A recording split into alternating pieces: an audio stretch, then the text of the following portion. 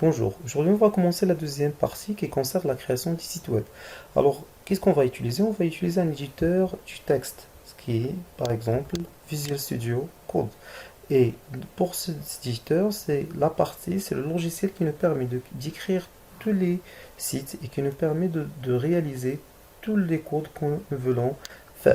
Alors, premièrement, je vais créer un dossier et un fichier dans lequel on va utiliser nos codes. Donc, je vais choisir File. Après, je vais écrire New File. Un petit conseil, pourquoi j'utilise un logiciel en anglais, File c'est-à-dire fichier, New File c'est-à-dire un nouveau fichier. Pourquoi j'utilise un logiciel en anglais? Car en fin de compte, toute la programmation est basée sur la langue anglaise. Donc, ça sera beaucoup mieux de s'habituer à utiliser des programmes en anglais et même de poursuivre des tutoriels en anglais car ça sera très très utile pour l'avancement de vos projets. Alors maintenant, je vais faire File, après je vais cliquer sur Save As, c'est-à-dire enregistrer sous. Et bien sûr, dans n'importe quelle partie, pour moi j'ai choisi la partie document, je vais cliquer sur un nouveau dossier que je vais le nommer Formation. Par exemple, Formation en création des sites web, je vais le nommer principalement par formation web. Je vais entrer sur cette partie. Dans le nom de fichier, je vais mentionner index. Ça, c'est une habitude qu'on utilise pour la création de site web. Index, c'est-à-dire la première page que nous devons avoir. Et bien sûr, je vais choisir HTML. HTML, c'est une abréviation de 4 mots. Hypertext Markup Language. Ce sont 4 mots en anglais dont la signification est langage de haut niveau qui permet de réaliser des textes marqués. Alors, je vais cliquer sur enregistrer. Et maintenant, on va parler de ce qu'on appelle la structure minimale des pages web. Alors, la structure minimale, je vais premièrement taper sa structure et après, on va expliquer toutes les étapes une par une. Premièrement, je vais cliquer sur point d'exclamation. Heureusement, pour Visual Studio, il nous donne la possibilité d'écrire ces structures dans un seul coup. Donc, une fois que je tape le point d'exclamation sur mon clavier, il suffit de choisir ce premier choix et automatiquement, ça c'est une petite abréviation qui va me donner directement toute cette page. Alors automatiquement, j'ai déjà la structure minimale de HTML.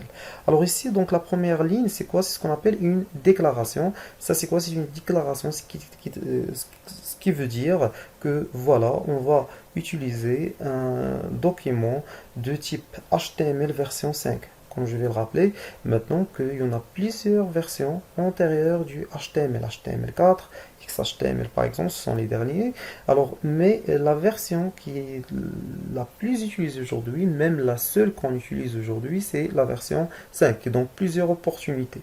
Alors, la première chose que vous allez voir ici, c'est HTML. Alors, HTML, c'est la première balise qu'on va utiliser. Ça, c'est ce qu'on appelle, ça, c'est une balise.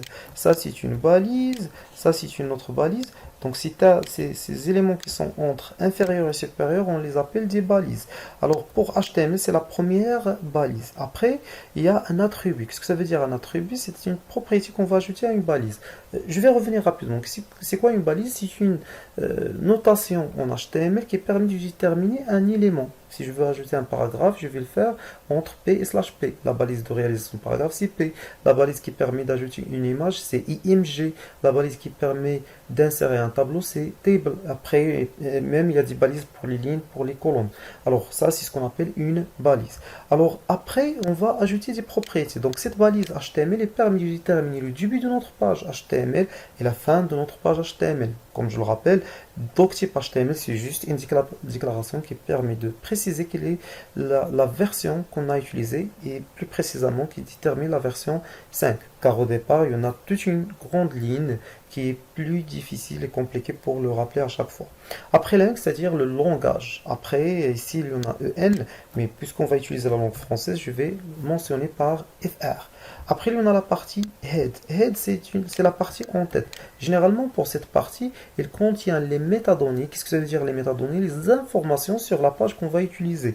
Et en fin de compte, cette partie, on ne peut pas le voir sur le corps de notre site. Ou bien, on ne peut pas le modifier. Généralement, il est caché. On peut réaliser pas mal de trucs ici, mais l'utilisateur va voir seulement ce qui sera dans la partie body qui précise réellement le corps de notre page. Alors, qu'est-ce qui contient cette page rapidement?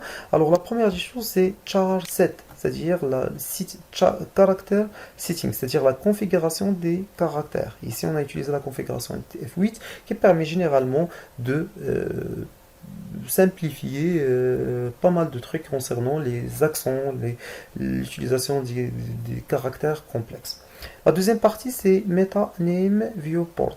Je ne vais pas rentrer en plus de détails, mais cette partie-là que vous voyez devant vous, il permet d'avoir des sites responsifs. Qu'est-ce que ça veut dire des sites responsifs? C'est-à-dire des sites qui sont adaptés à n'importe quel type de terminal, soit qu'il est, comment on peut dire, soit qu'il est écran, soit qu'il est tablette, soit qu'il est smartphone. Donc cette étape, donc je vais le donner seulement viewport, c'est-à-dire l'affichage qu'on va avoir. Après ici c'est la largeur, donc ici il y en a une première largeur, et après le zoom qu'on va utiliser. Mais soyez sûr que je vais revenir pour cette partie pour plus de détails. C'est pas la peine de commencer avec ça dès le début. Après je vais faire donc document et je vais le mentionner mon premier, ou bien ma première page.